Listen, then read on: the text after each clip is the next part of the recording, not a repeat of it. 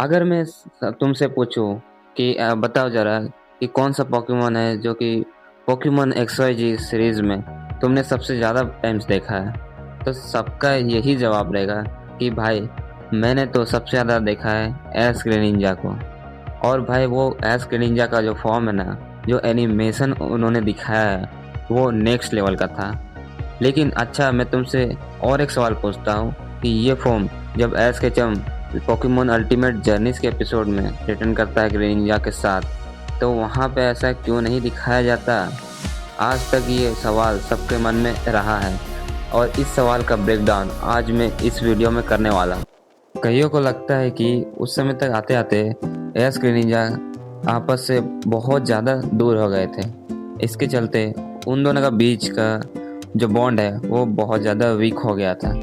इस कारण से हो सकता है कि एस और ग्रेनिंजा एक दूसरे के साथ सिंक ना हो पाए हो और फिर उन दोनों के बीच बॉन्डिंग ना हुआ हो। तो भाई मैं बता दूं कि ऐसा नहीं हुआ था। उन दोनों के बीच बॉन्डिंग हमेशा से बढ़ते आया है। कभी ऐसा नहीं हुआ कि उन दोनों के बीच ये बॉन्ड फॉर्मेशन कम हुआ हो। लेकिन फिर भी उस समय ऐसा नहीं हुआ था। ऐसा क्यों भाई? तुमने देखा है पोकेमोन अल्टीमेट जर्नीज में भी जब लुकारियो थिया के साथ बैटल कर रहा होता तो भी ग्रेनिंजा को उतने दूर कार्लोस में रह के भी पता चल जाता है कि वो एसकेचम और लुकारियो साथ में बैटल कर रहे हैं। उन दोनों का बॉन्ड वो महसूस कर सकता है। इतना ज़्यादा उसका बॉन्ड मतलब मजबूत था उस समय तक। और हमेशा से ही ग्रेनिंजा और एस कभी भी एक दूसरे को भूले नहीं है। उन दोनों का बीच का बॉन्ड हमेशा से मजबूत ही रहा है और हमेशा मजबूत और स्ट्रॉन्ग बनते जाएगा। फिर भी यहाँ पे बॉन्ड ग्रेनिंजा को नहीं देखा गया। क्यों? क्योंकि दरअसल ये बात है कि उस समय का जो पोकेमोन अल्टीमेट जर्नीज में जो गेम आया था, उस गेम में बॉन्ड ग्रेनिंजा को हटा दिया गया और सिंपल ग्रेनिंजा को ला दिया गया था।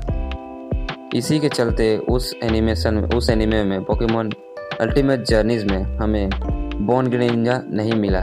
क्योंकि असल में पोकेमोन गेम ही डिसाइड करता है कि उसका एनिमे कैसा होगा। उस समय का जो एनिमेशन था ना XYZ का जो एनिमेशन, वो सिर्फ एनिमेशन नहीं था, वो हमारा इमोशंस था। मैंने भी ऐसा महसूस किया था जब ग्रेनिंजा बॉन्ड ग्रेनिंजा में बदलता है, उसका चेहरा, उसका आउटलुक एकदम बदल जाता है। उसके साथ हम लोग भी सिंक हो जाते थे। जब याद है जब हम लोग देखते थे XYZ सीरीज, तो उसमें ऐसा ग्रेनिंजा जब आपस में सिंक कर रहे होते तो हम लोग को भी उनको देख के ऐसा लगता था कि हम लोग भी कहीं ना कहीं उन लोगों के साथ सिंक कर रहे। एकदम मज़ा आता था, नेक्स्ट लेवल का रहता था।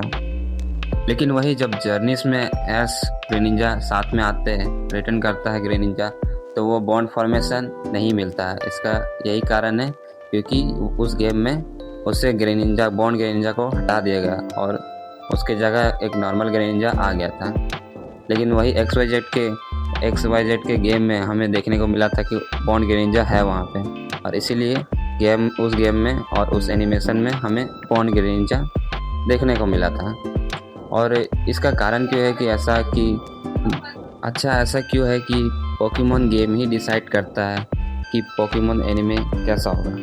तो इसका जवाब सुन लो कि पोकेमोन गेम में जो भी कैरेक्टर्स जो भी मतलब होते हैं, जैसे बॉन्ड ग्रेनिंजा, तो वो मर्चेंडाइज में आते हैं और वो मर्चेंडाइज जितना ज़्यादा बिकता है कंपनी को, उतना ही ज़्यादा प्रॉफिट होता है। और सबको जानते हैं कि उस कंपनी को प्रॉफिट होगा तभी तो वो एनिमेशन उनके ऊपर बनाएगा, और कोई भी कंपनी अपना प्रॉफिट ही चाहता है। इसलिए हर गेम में अपना जो मर्चेंडाइज निकालते हैं वो यही सोच के निकालते हैं कि जो ज़्यादा बिकेगा।